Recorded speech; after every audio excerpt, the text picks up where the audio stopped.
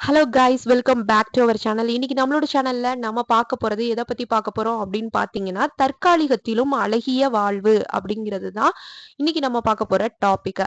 இதுல என்ன அப்படின்னு பார்த்தீங்கன்னா, ஒரு மரம் நமக்கு அமைதியையும் நம்பிக்கையையும் தருது அப்படின்னு சொல்லி ஒரு நாடு நம்புறாங்க. அப்படி என்ன அந்த மரத்துல ஸ்பெஷல் இருக்கு அப்படிங்கிறத தான் நம்ம இன்னைக்கு டீடைல்டா நம்ம பார்க்க போறோம். வாங்க வீடியோக்குள்ள போலாம். இது உங்களோட சௌமிஸ் வாய்ஸ் சேனல். நான் உங்களோட சௌமி பேசிட்டு இருக்கேன்.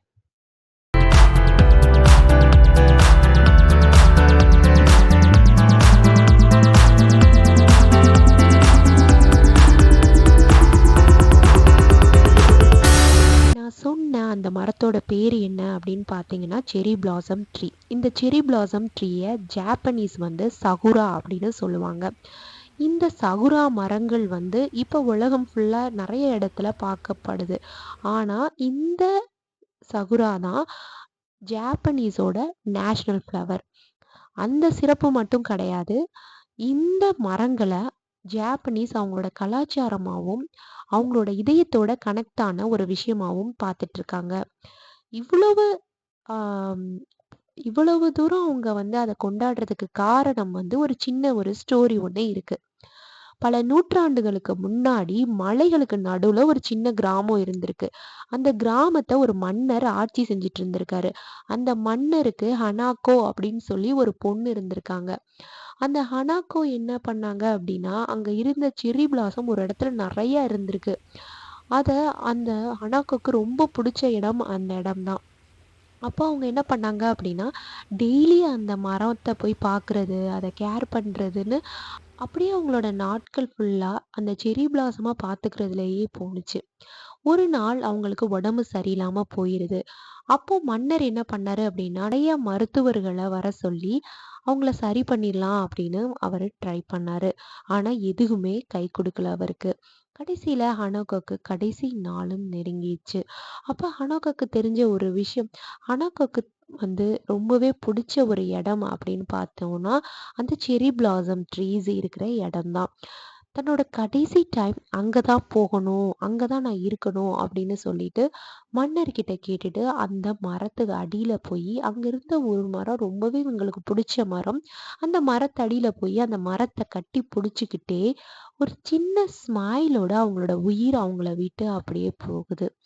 இது எல்லாத்தையும் பார்த்துக்கிட்டு இருந்த அந்த ஊர் மக்கள் அன்னைக்கு தான் அவங்களுக்கு ஒரு விஷயமே புரிஞ்சது. என்ன அப்படின்னா, எந்த அளவுக்கு அந்த பொண்ணு நம்பியிருந்தா, அந்த இடம் அமைதி அவங்களுக்கு தருது அப்படின்னு சொல்லி நம்பியிருந்தா, அவங்க ஒரு சின்ன ஸ்மைல் ஒருத்தவங்க இறக்கும்போது ஒரு ஸ்மைல் வர்றது அப்படிங்கிறது ஒரு சாதாரணமான விஷயமே கிடையாது.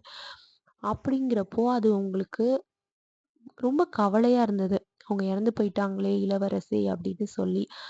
ஒரு பக்கம் அன்னைக்கு பிற்பகலே அங்க இருந்த எல்லா மரங்களும் ஒரே நேரத்துல பூத்து குலுங்குது. இந்த அதிசயத்தை பார்த்த அந்த மக்களுக்கு ஒண்ணுமே புரியல. இருந்தாலும் ஒரு விஷயம் அவங்களுக்கு ரொம்பவே தெளிவா புரிஞ்சது.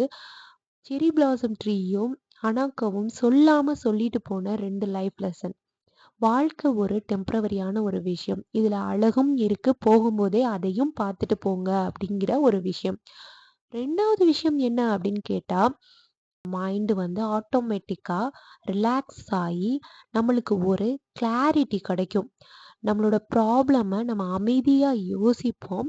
அதுக்கு என்ன பண்ணணும், என்ன ஸ்டெப்ஸ் எடுக்கணும் அப்படிங்கிறதையும் நம்ம கரெக்டா யோசிச்சு பண்ணுவோம். அந்த டைம்ல ஒரு நம்பிக்கை நம்ம மேல வரும். இத நம்மனால பண்ண முடியும் அப்படிங்கிற ஒரு நம்பிக்கை வரும்.